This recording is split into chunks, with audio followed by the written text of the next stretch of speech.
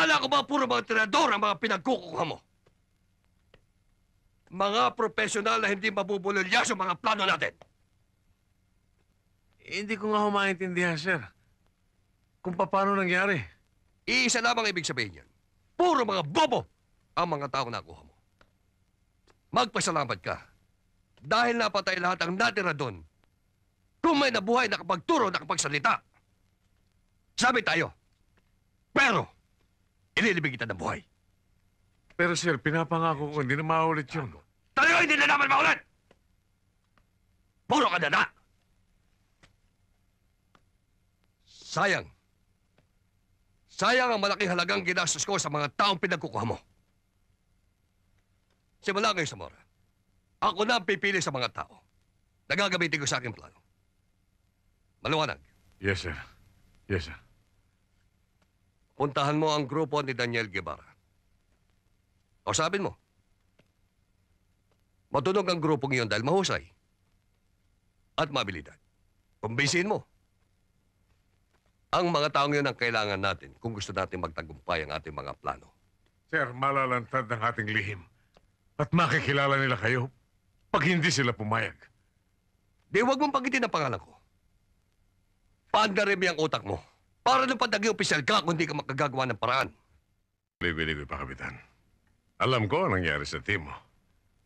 Nangihinayang ako sa kakayahan ng bawat isa sa mga tao mo. Kung papayag ka,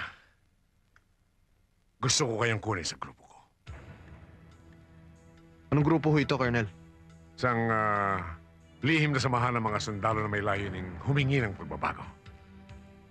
Upang hindi na maulit mga nangyari sa inyo sa iba pang maliliit. Sa papanong paraan, Colonel? Kadalasan, ang pagbabago ay nakukuha lamang sa pamamagitan ng isang madugong labanan.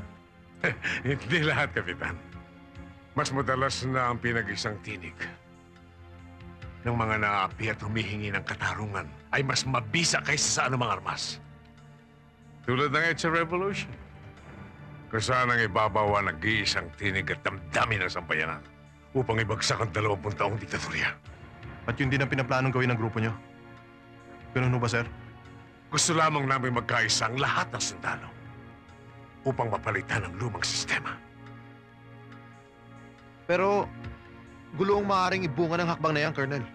Mali.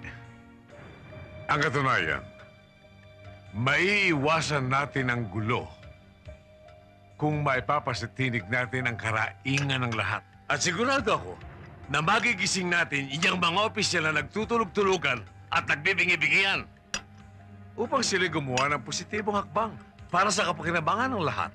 Hindi lang iilan lamang. That's simple. At maaari din hindi sila pumayag. Paano kung gano'n ang mangyari, sir? Ang unang paggabi ko ay hindi nangangahulugan ng hindi na pagtatagumpay. Magpapatuloy pa rin ang aming pagkilos hanggat hindi nagtatagumpay ang layunin ng grupo. Sir, with due respect, kung maganda ang layunin ng samahan, ba't kailangan niyo ilihim? Nasamantala lamang ito, Troy. At darating ang tamang panahon. Lalantad kami. At ilaladlad namin ang pinag-isang kahilingan ng aming grupo.